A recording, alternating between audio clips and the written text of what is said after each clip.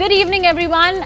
You've tuned into the 5 p.m. edition of India Now, right here on ET Now. I'm Mubina Kapazi, and straight to the top story at this hour, and that's, of course, the pain at the pump, because there seems to be no relief in sight for Aam Aadmi as fuel prices were hiked in the metros for the 8th consecutive day.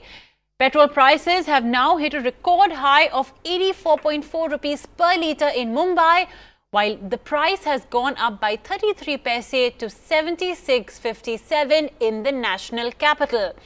Diesel prices too have been raised by about 25 paise as per the daily price revision method that, remember, was introduced in June last year.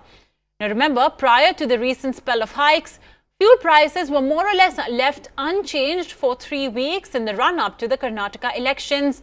And now this sharp surge has led to a widespread clamour for excise duty cut by the opposition and industry bodies.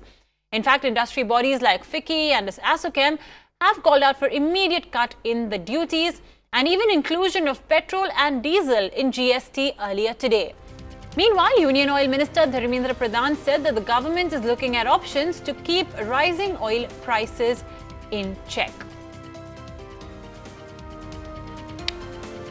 And in fact, we have with us Rituparna Nath joining in with the details. Ritu, in Delhi, over 46% of the petrol bill is, of course, thanks to the central excise and, of course, even the VAT that's in turn charged by the state government. So is it time for the Modi government to take a lead and cut excise duties?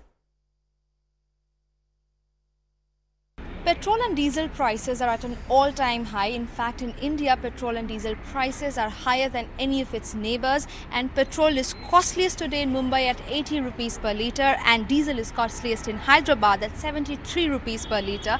And you know, with this has crossed the all-time high. Last time it was the highest in 2014, and today it is the highest. And this is happening after the OMCs, the oil marketing companies, have started increasing and revising prices of petrol and diesel, since they hadn't revised it 19 days ahead of the Karnataka polls, and today is the 7th day that they have revised prices, and it is the highest today.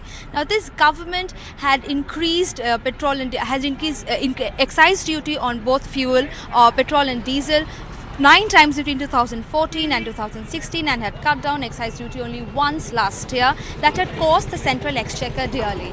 Now, when you're buying petrol or diesel, for petrol you're almost paying 50% of the amount that you're paying for buying petrol is nothing but excise duty, and for diesel it is about 40%. So when you're buying petrol, 40 rupees, nearly 40 rupees is what you're paying just as tax, and when you're buying diesel, nearly 28 rupees is what you're paying as tax.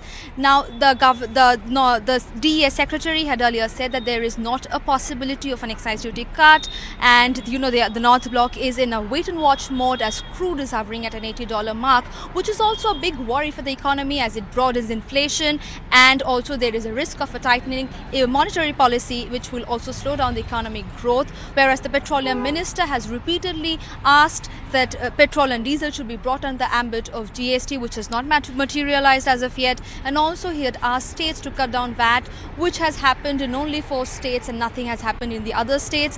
And he has yesterday also said that, you know, this oil worry is something that is hurting the Indian middle class, and the government will soon put forth some relief package for these consumers. Now we have to wait and watch what this relief package will be.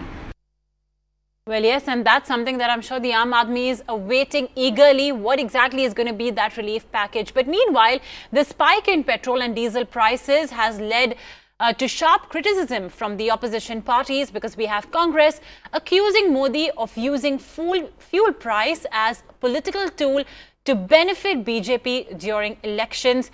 It demanded that the prices should stay at least at par with the rate observed during the Karnataka elections. Listen in to some reactions.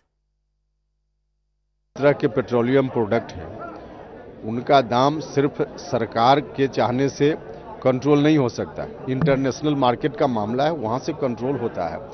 कई बार दाम बढ़ता है तो कई बार दाम घटता भी है, तो कंट्रोल वहां से होता है। इसलिए उस पर सरकार चुनाव के चलते कभी बढ़ा देती है, घटा देती है, या आरोप पूर्णतः गलत है।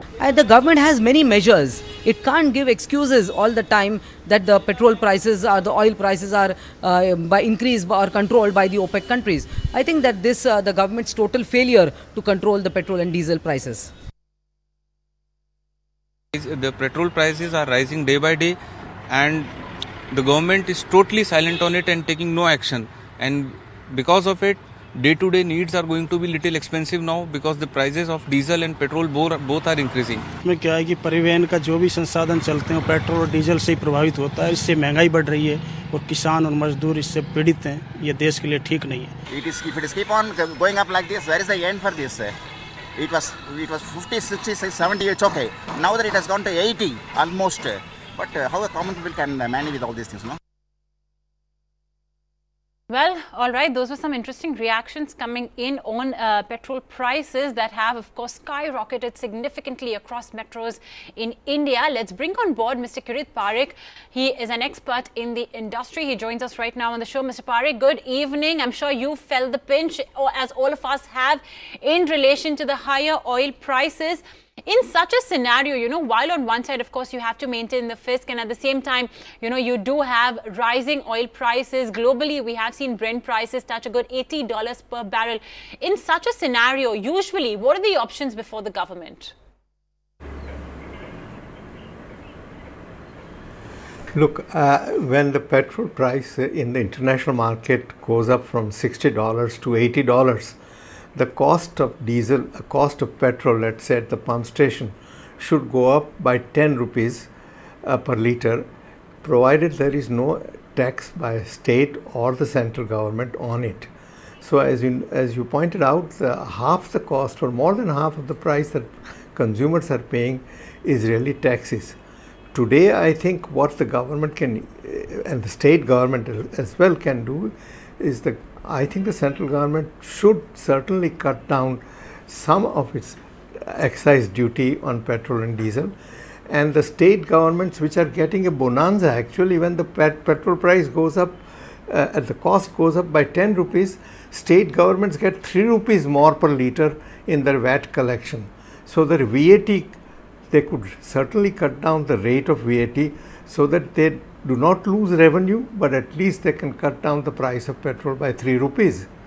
And I think similarly the state government and the central government ought to take some measures to find out how they can compensate for the loss in excise revenue on petrol and diesel. It should not just be said that we cannot really help and this is we need this money and we have no other sources of money. If the GST is giving you higher tax collection, then certainly that provides some leeway to the government to cut down excise duty on petrol and diesel and to give some relief to the consumers. I do not believe that the government should really ask the oil marketing companies or the ONGC and others to bear this cost.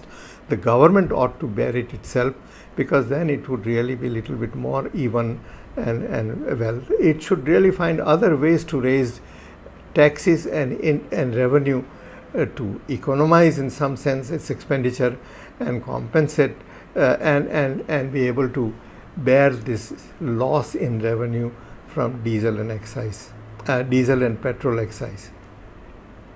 Quite a sharp loss, because if you look at it, the excise duties that the government earns from petro products in general, almost about 80% of the excise revenues do come from these products. So it's definitely going to be something that the government will have to make up very sharply for.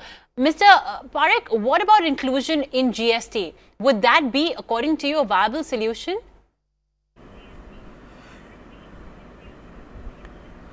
No, I think I didn't understand. What do you mean by inflation in GST? No, GST, if you go to, if petrol and diesel are put into GST, then what happens is that the revenues that the states and the center get will be significantly lower than what they're currently getting from excise taxes. So it may not be very immediately possible for the states and center to go to GST on petrol and diesel, but they should plan certainly a gradual step-by-step move towards it. Many states put VAT of about 30 to 40% on this, and this is on top of the excise with the central government puts, which is almost 50% of the basic cost at today's $80 price on petrol.